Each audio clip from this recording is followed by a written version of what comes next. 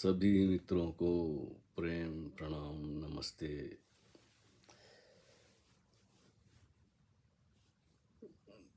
प्रश्न तो नहीं है, लेकिन प्रश्न से ज़्यादा कुछ चीज़ें महत्वपूर्ण होती हैं। प्रश्न तो मस्तिष्क की उपज है, संदेह है, अ, कुछ समझना चाहते हैं, शब्दों से समझना चाहते हैं, बुद्धि से समझना चाहते हैं।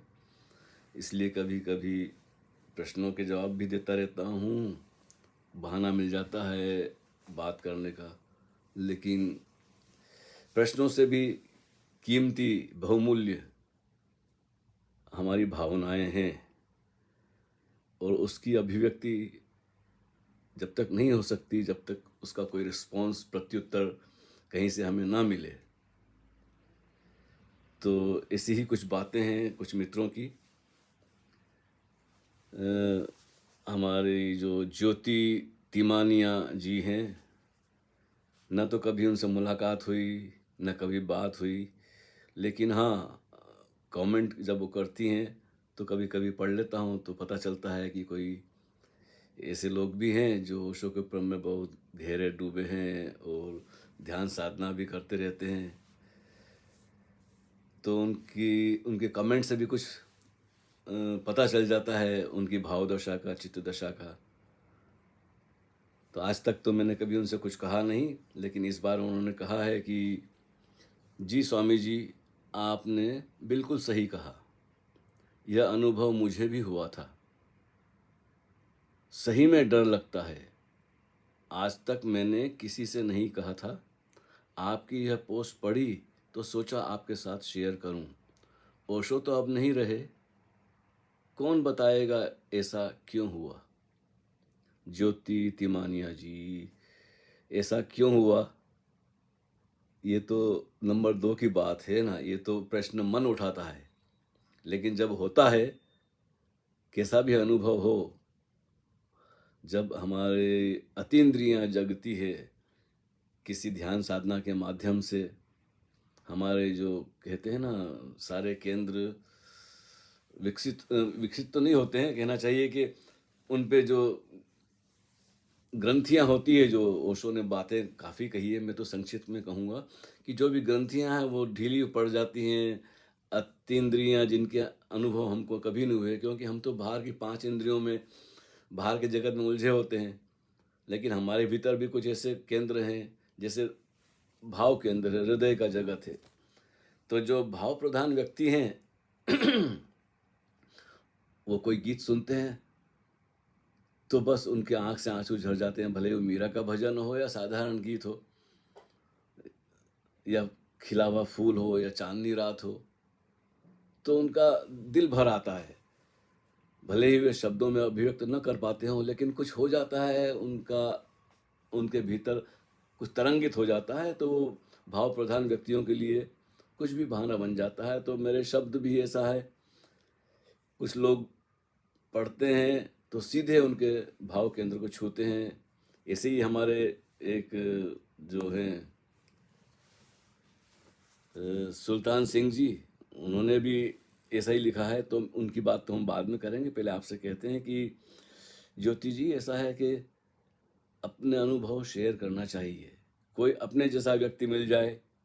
नहीं तो हमें संदेह होता है बाद में कि पता नहीं मैंने सपना देखा था या सच में हुआ था, क्योंकि जिसे भी अनुभूति इस तरह की नहीं होती है, उससे आप बात कहेंगे तो समझेगा पागल पागल पागल हो गई हैं आप, कि आप अतिशयोक्ति कर रही हैं, ऐसा होता नहीं है।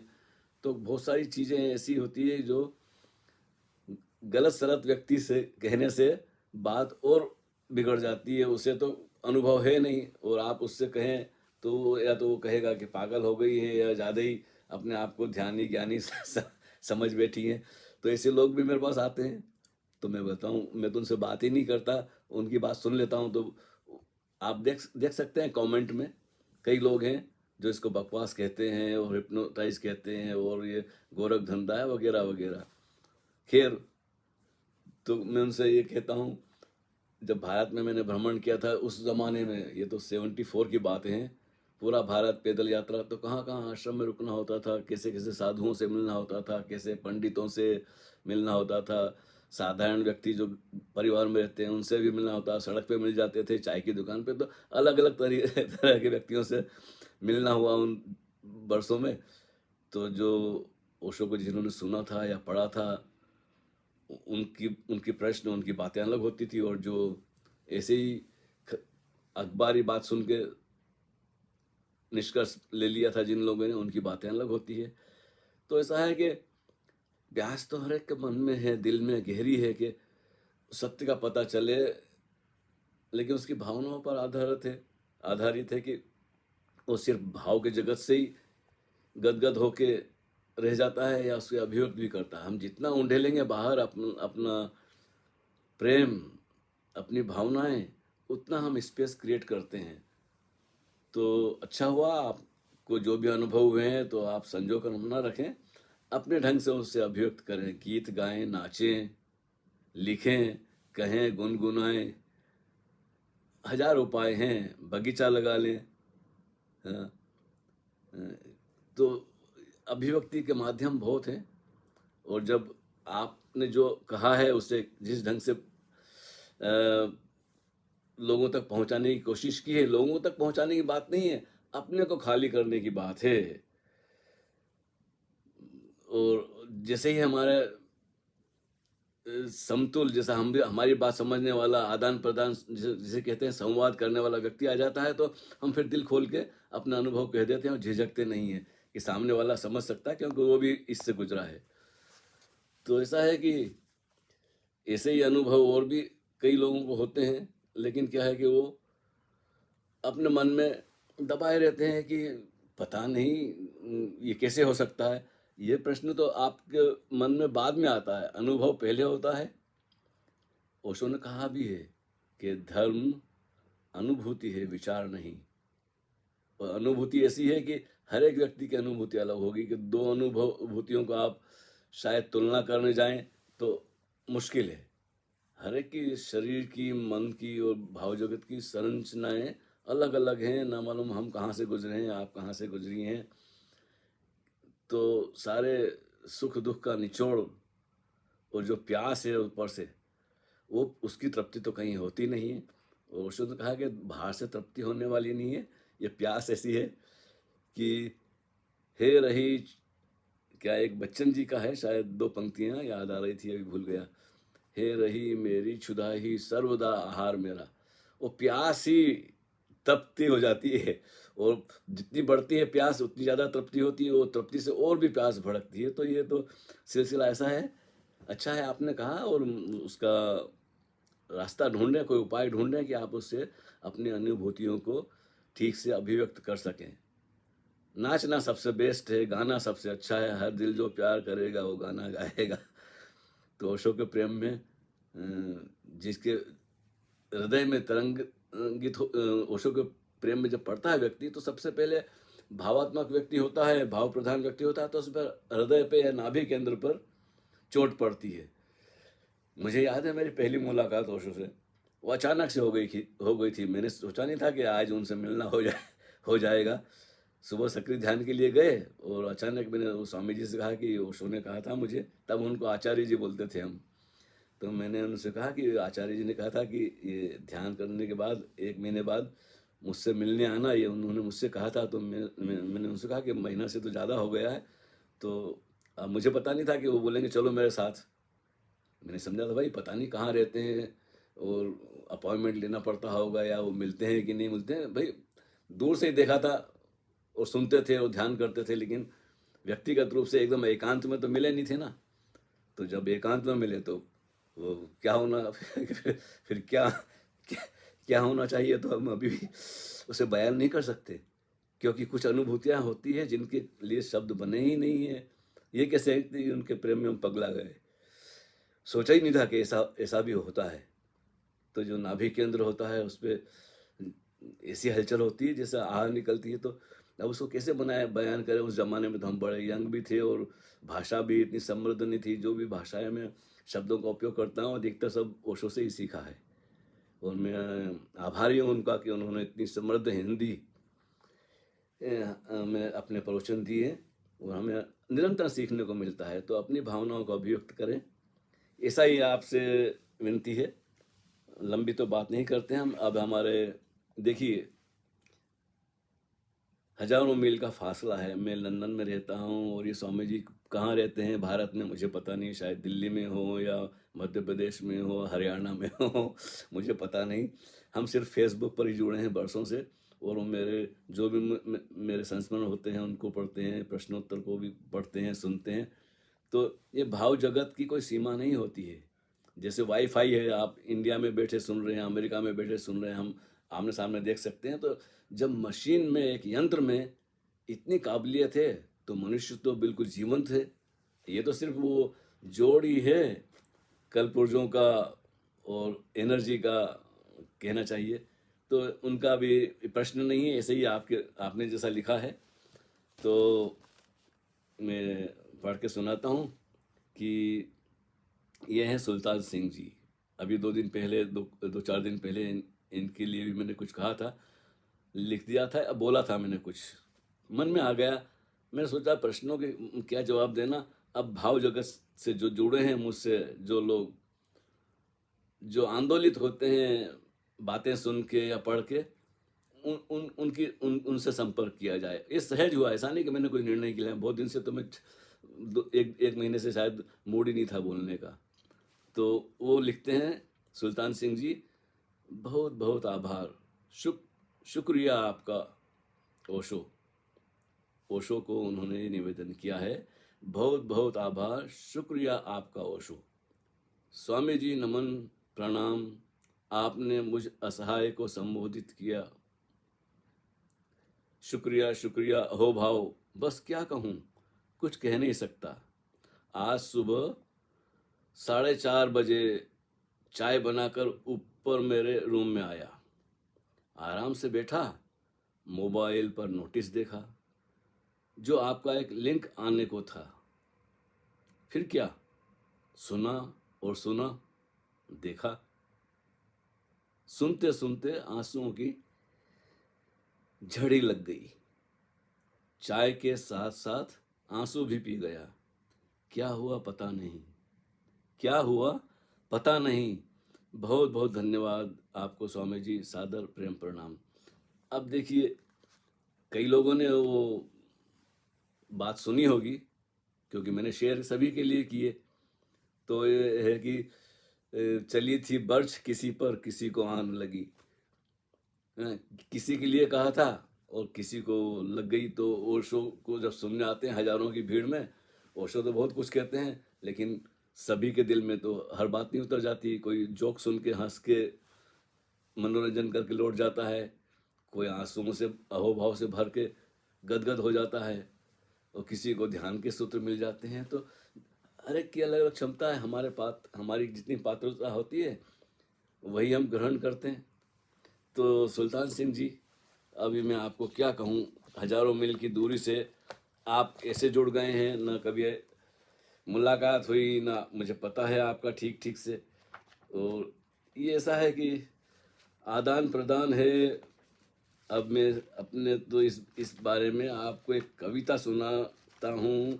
मैंने ढूंढ के रखी थी। अभी मैंने सोचा कि अब बात क्या करना चाहिए। ये बात कुछ ऐसी है आंसुओं की।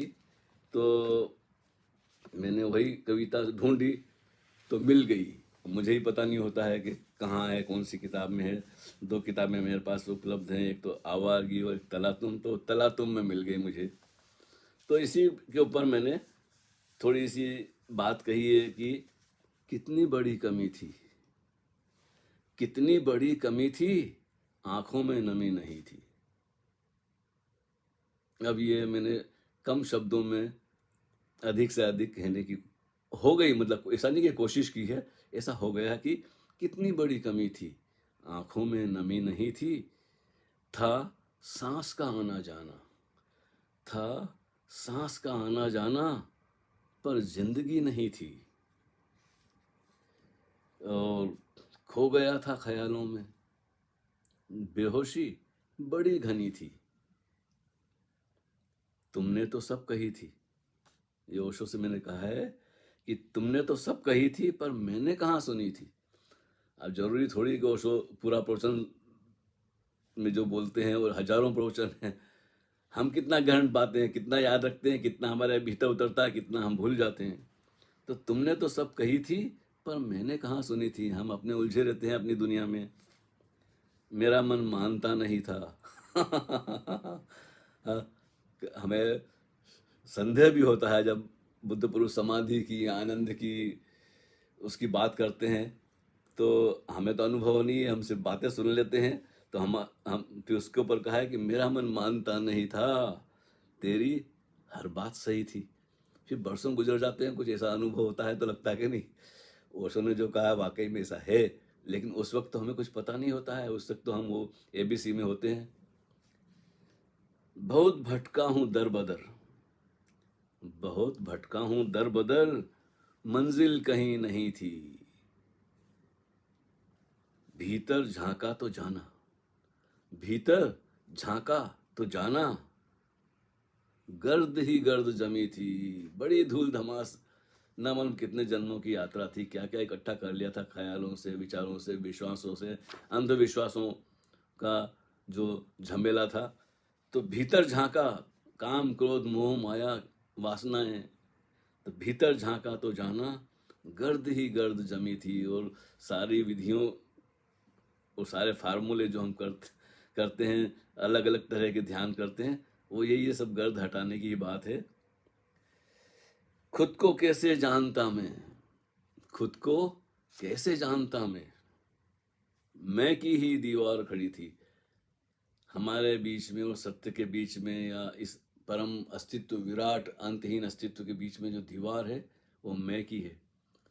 हम जब जन्म लेते हैं तब तो किसी भी बच्चे में मैं भाव तो होता नहीं, उसे पता ही नहीं होता कि वो है, क्योंकि बाहर दिखाई देता है, बाहर स्पर्श होता है, बाहर से ध्वनि सुनाई देती है, पर नजर होती है जीवन भर।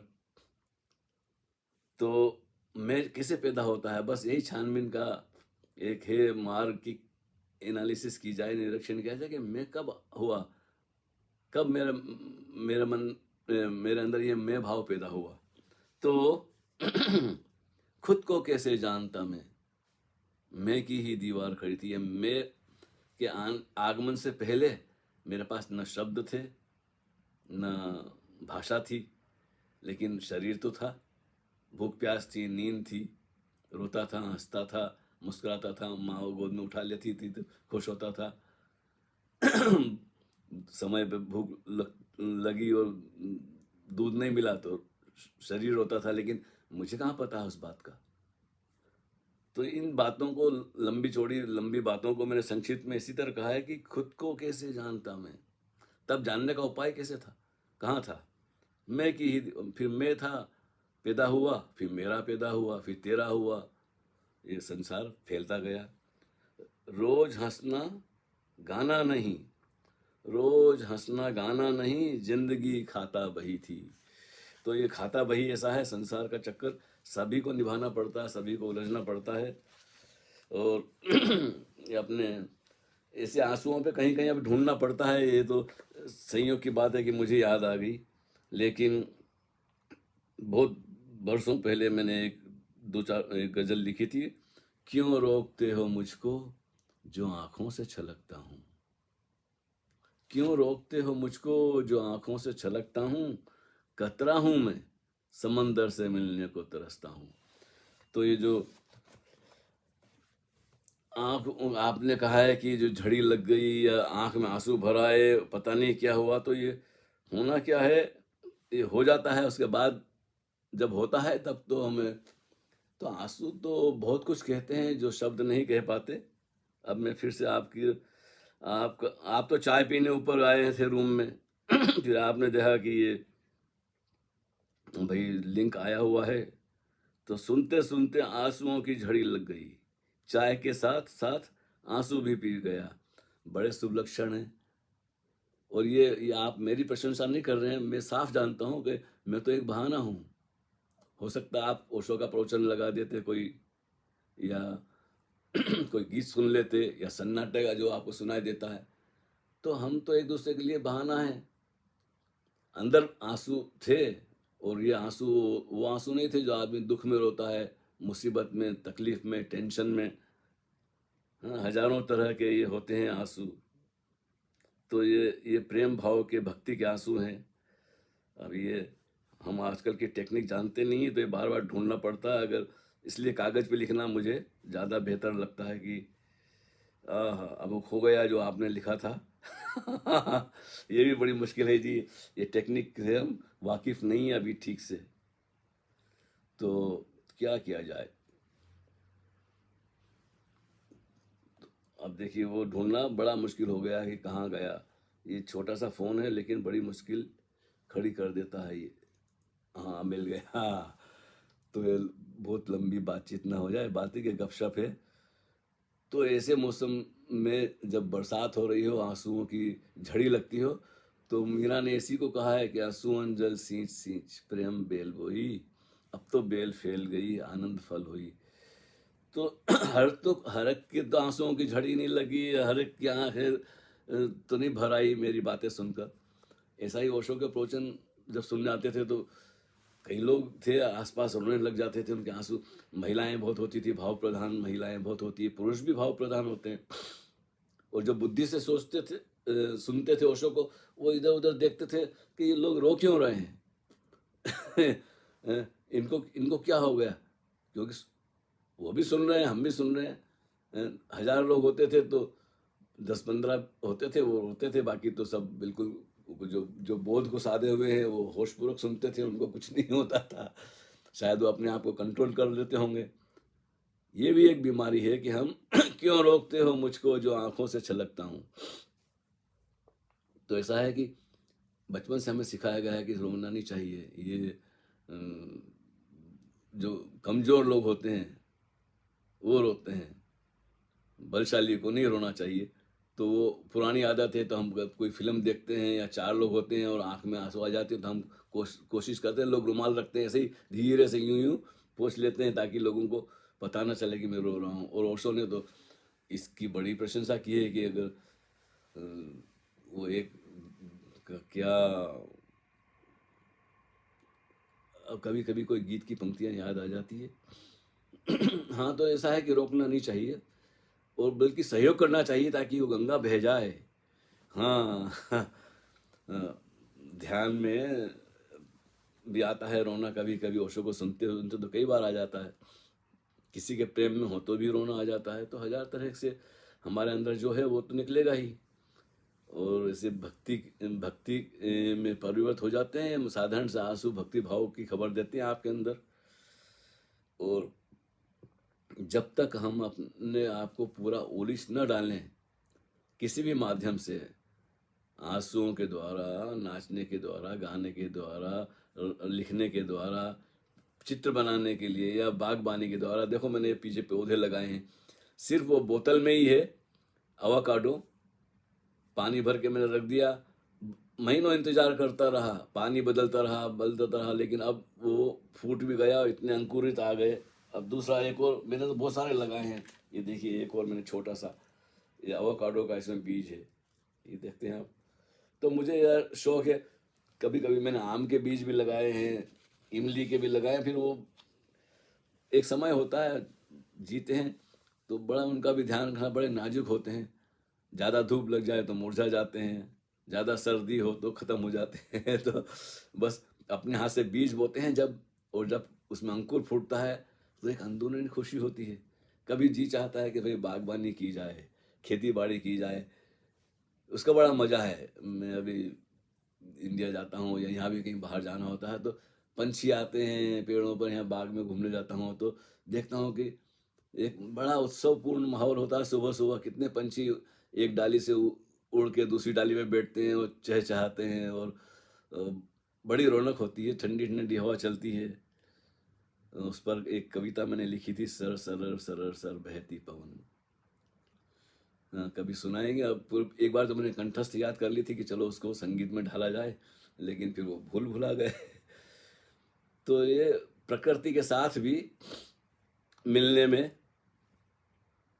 बड़ा आनंद आता है, आश्चर्य होता है। सूरज निकलता है तो पंछी उड़ते हैं, तो पतझड़ का मौसम चल रहा है अब तो बाहर, सारे पत्ते विदा हो गए, वृक्ष सब नग्न हो गए हैं। लो जी, ये टेप हो गई है 25 मिनट। अब हम कहते हैं इन बातों को नमस्कार। और अपने आप को अभिव्यक्त करना जरूरी है, किसी भी माध्यम से करें आप, और इसकी चिंता ना करें कि लोग क्या कहेंगे।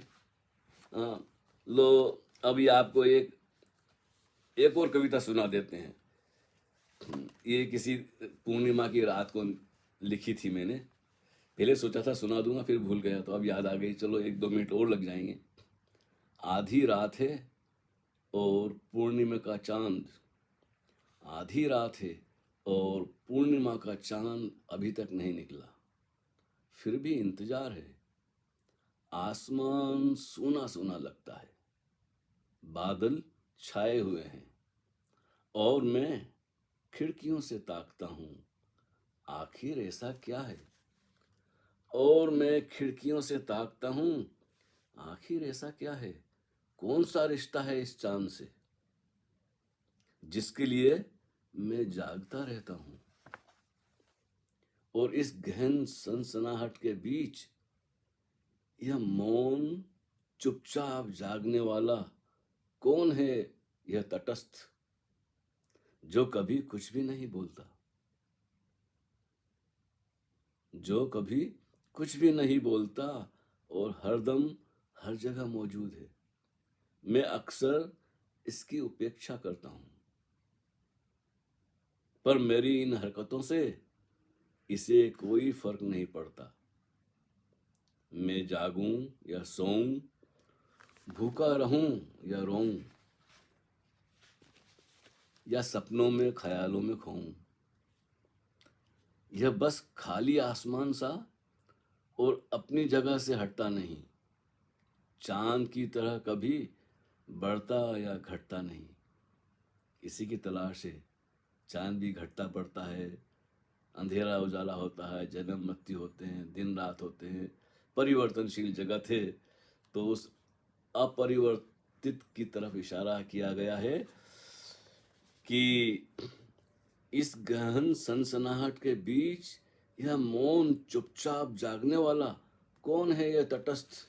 वो तटस्थ है, निरपेक्ष, तटस्थ, असीम, निराकार, स्वयंभू, नमन, क्या क्या उसके लिए शब्द गढ़े गए हैं, लेकिन फिर भी इशारे हैं सारे शब्द। जो कुछ भी नहीं बोलता, हमारे भीतर ही तो वो है जो इस बोलने वाले को भी जान रहा है। जो कुछ भी नहीं बोलता और हरदम हर जगह मौजूद है।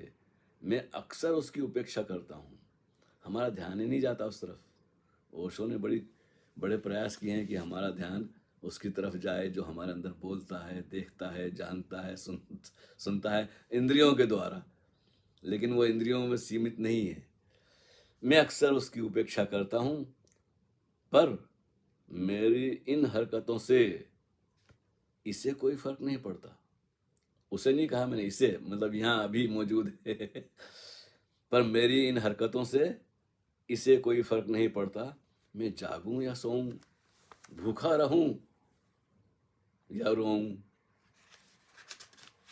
भूखा रहूं या रोऊं, या सपनों में ख्यालों में खोऊं, यह बस है खाली आसमान सा, यह बस है खाली आसमान सा, और अपनी जगह से हटता नहीं, अचल है, अटल है। चांद की तरह कभी बढ़ता या घटता नहीं। बस इसी की तलाश है। अगर जिसको झलक मिल जाती है तो वारा न्यारा, भाई कम से कम सुराग तो मिला उसका।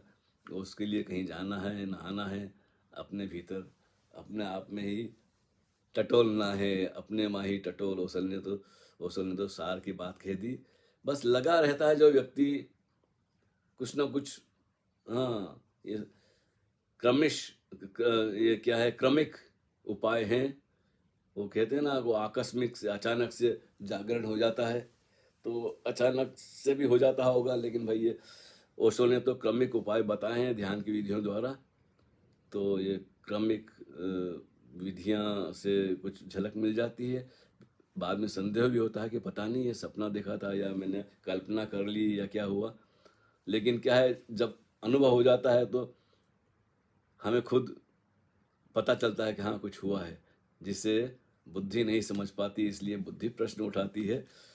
तो अब समय जितनी बात करो उतनी कम लगती है, क्योंकि बात से बात बनती नहीं, फिर भी इशारे हो जाते हैं। तो धन्यवाद, आपका अहोभाव प्रकट किया आपने अपने अपने ओशो के प्रति। मैं तो एक पोस्टमैन की तरह हूँ, बहाना हूँ, आप भी बहाने हैं, सब हैं। बस ये क्या है कि ज्योति से ज्योति जले, बातों बातों से किसी को एक सुराग मिल जाए, उसकी यात्रा प्रारंभ हो जाए, या जो आपको मिला है वो सबको मिले, ऐसी कामना करते हैं हम। जो ओशो ने कहा है कि जो मुझे मिला है, जो मुझे हुआ है, वो सबको हो, इसके लिए उन्होंने सारे जीवन में अथक प्रयास किया। उनकी करुणा है कि हम दूर रहकर भी इतने पास एक दूसरे की बातों से, शब्दों से आंदोलित होते हैं। ये कहना चाहिए कि भाव प्रधान व्यक्तियों का जगत है। अब मैं ज़्यादातर इसी बातों पर कभी कभी चर्चा कर लिया करूँगा। बाकी प्रश्न हैं, कभी मूड हुआ तो और भी उन पर भी बात हो जाएगी। तो हरि ओम तत्सत।